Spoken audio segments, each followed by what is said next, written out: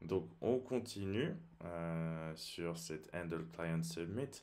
Donc, ce qu'il va falloir faire, c'est qu'on va devoir stocker l'information dans le local storage. Donc, on va effectivement faire référence à this local storage ci, hein, set item, et on va définir user et on va mettre un format un format JS stringifié.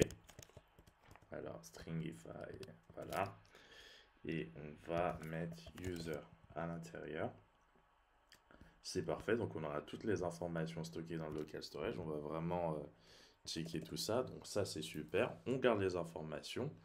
Et le truc maintenant, c'est que on va devoir utiliser une fonction login qu'on va créer par la suite, puisque là, c'est bien stocker les informations, mais il faut gérer la suite avec une fonction login. Donc c'est parti. Donc elle prend un argument user quand même. Et ce qui va se passer, c'est que on va vérifier si la store existe. If this store, et bien si c'est le cas, on va directement return this store. Alors en l'occurrence, on va dire que le store aussi aura une méthode login à laquelle on va devoir passer une information en format JSON, donc stringify encore. Donc on va mettre un email qui va correspondre à user email et pas en fait email, identifier plutôt, identifier et un password qui correspond à user password. Donc voilà. Donc une fois qu'on a rentré ces informations, on suppose en réalité que ceci est une promesse. Donc il y a un then qui va pouvoir fonctionner. Then, on va ensuite partir du principe qu'on va récupérer uniquement le JSON Web Token. Et enfin, hop, hop, hop, hop, je vais oublier ça. Et enfin, hop, hop, hop, qu'on va aller stocker, même le token, on va aller le stocker dans Web Token et JWT. On va le stocker dans le local storage, donc ça c'est super. Donc au contraire, si ça n'existe pas, si le store n'existe pas, ce qu'on va faire c'est un return null. Donc voilà pour le login. Donc évidemment le login il va aussi apparaître ici hein, dans le handle client submit. Donc c'est parti, parce que là on l'a défini, là maintenant on va l'appeler.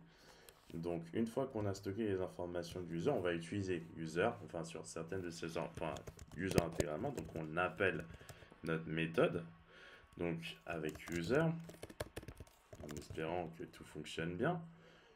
Ensuite il y a un then, évidemment, puisque on veut vérifier que tout a bien fonctionné. Et on va faire un petit console log.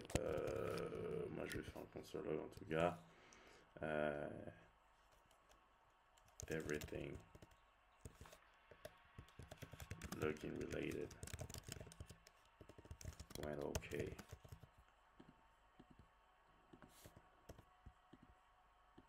Went okay, ok. Donc ça, c'est ma façon. Et ensuite, le this on navigate. Et on va voir que cette fonction utilise effectivement route path et nous permet effectivement de naviguer vers la nouvelle page. En fait, c'est comme si router push pour ceux qui utilisent view router ou d'autres choses comme ça. Hein. Franchement, pour naviguer, ceux qui utilisent use navigate sur React. Donc ça, en fait, ça nous permet de naviguer, nous déplacer de page en page. Donc voilà, this on navigate. et on lui met la nouvelle page vers laquelle il doit nous faire aller. Donc, this on navigate with path dashboard path. Mais évidemment, il faut aussi définir une sorte de previous location pour qu'en réalité, on puisse comprendre d'où on était lorsqu'on a effectivement navigué vers la page dashboard. Donc, je vais faire je vais essayer de même créer ça. En fait, c'est plus une variable globale qu'autre chose. Donc, je pense même que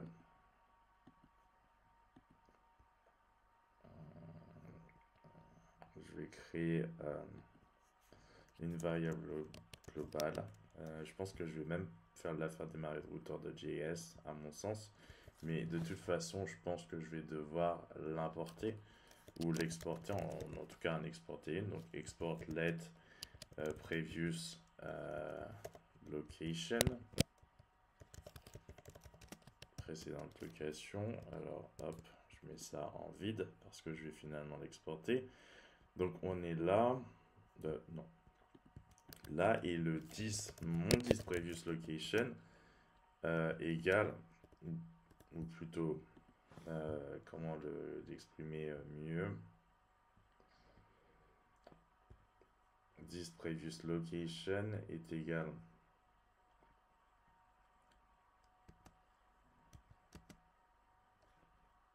en mon sens est égal à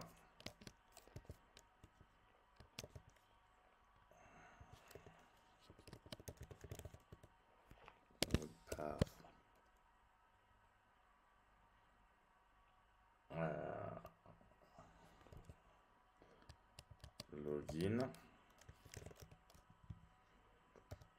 Et ensuite, ce que je fais, c'est que je fais en sorte que previous location est égal à 10 previous location. Et je vais sans doute pouvoir l'exporter. Donc ça va être cool. Et enfin, je vais faire... non, je vais rien faire. Franchement, si je peux changer déjà...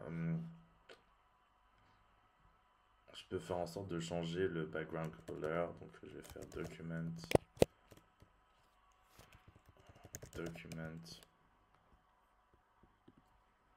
Mais non, c'est pas 10 documents, c'est document en général.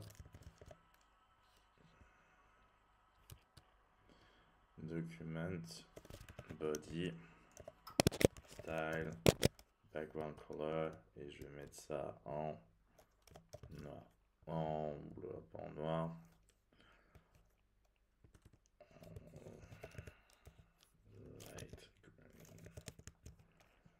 C'est affreusement affreux, mais au moins on va savoir que tout s'est bien passé. Si on voit un light green, alors black ce sera encore pire. Black. Donc voilà pour cette vidéo. On va évidemment expliquer d'où vient tout ceci. Local storage, on navigate, previous location, on va le voir évidemment. Et on reviendra dessus dans une prochaine vidéo.